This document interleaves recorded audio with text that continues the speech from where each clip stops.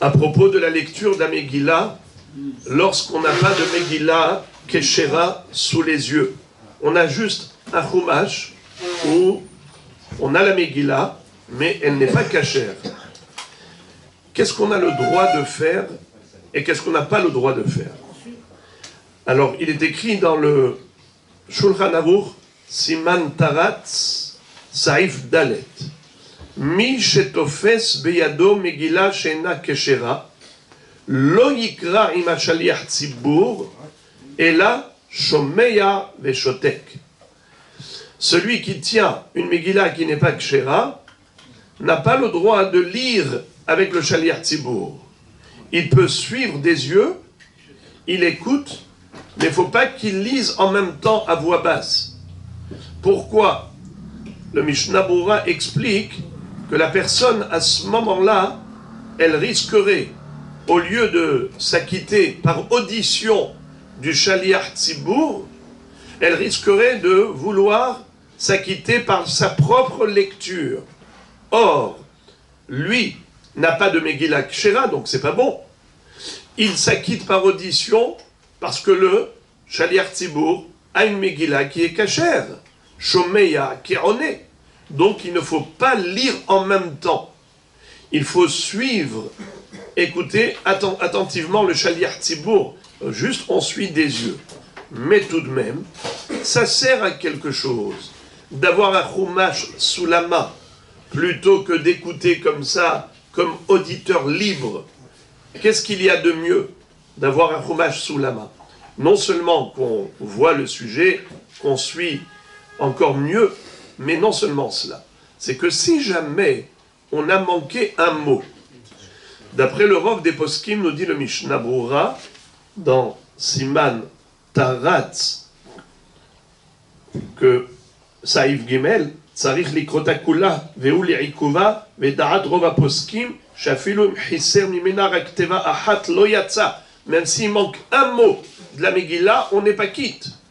Donc on doit tout écouter.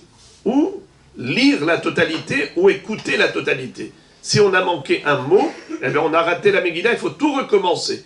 C'est pour cela d'ailleurs que lorsqu'il y a des gens qui éclatent des pétards, ou avec un pistolet, ou toutes sortes de bruits avec les enfants, c'est un gros problème. Il faut que le shaliach tzibur, le hazan, s'arrête. Il ne faut pas qu'il lise en même temps qu'il y ait du bruit. Parce que s'il y a du bruit et que les gens n'entendent pas, eh bien ils ont manqué ne serait-ce qu'un mot, alors ils n'ont pas fait la mitzvah. Donc il faut faire attention. Si jamais il y a du bruit, il faut s'arrêter et reprendre. Mais, imaginons que le Chazan n'a pas repris. Alors, la personne, elle est là, frustrée. Elle se dit, mais je n'ai pas entendu. Il y a eu un pétard, il y a eu un bruit. Qu'est-ce qu'il fait? Alors, c'est là que le Chumash va lui servir. Il va lire tout ce qu'il a manqué, et il va lire rapidement et rattraper le Chazan. Une fois qu'il rattrape le Chazan, désormais, il écoute attentivement. Et comment ça se fait que ça marche? Alors, écoutez une autre halacha. Toujours dans le Siman Taratz, Saif Gimel, il est écrit comme ça. Tsarich likrota kula umitoch haktav, il faut la lire entièrement et d'un parchemin écrit. Ve'im kera'a alpe lo yatsa. Et si il a lu par cœur la Megillah, il n'est pas quitte. Et tsarich shektiyeh ktuva kula lefanav lechatchila, aval bedi'avad, im ishmit hasofer be'emtsa'a tevot, afilu ad hetzia, ou kera'a makore alpe yatsa. Qu'est-ce que ça veut dire? Imaginons que dans cette Megillah, il manquait des mots.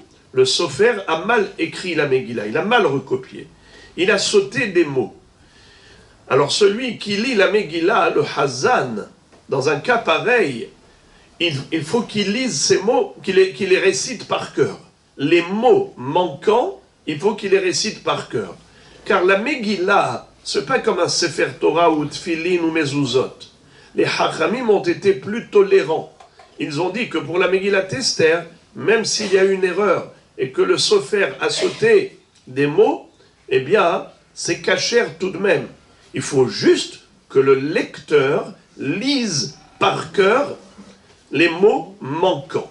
Alors on a compris que quand on a dit qu'on n'a pas le droit de lire la Megillah par cœur, c'est seulement de lire la totalité par cœur ou la majorité par cœur. Mais si on lit que la minorité de la Megillah par cœur, alors on est quitte. Alors voilà, maintenant on a compris à quoi il sert le chumash en papier qu'on a parfois sous la main.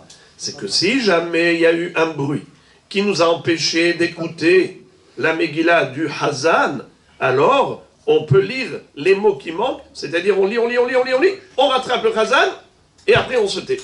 Le principal, c'est de ne pas lire la majorité dans le chumash. Mais si on a lu que une minorité, c'est encore cachère. Vous avez compris que la majorité, on l'a entendu du Hazan, et la minorité, ou juste un pasouk, on a lu dans un chumash. C'est comme lire par cœur. Et par cœur, c'est permis si c'est la minorité seulement de la Megillah.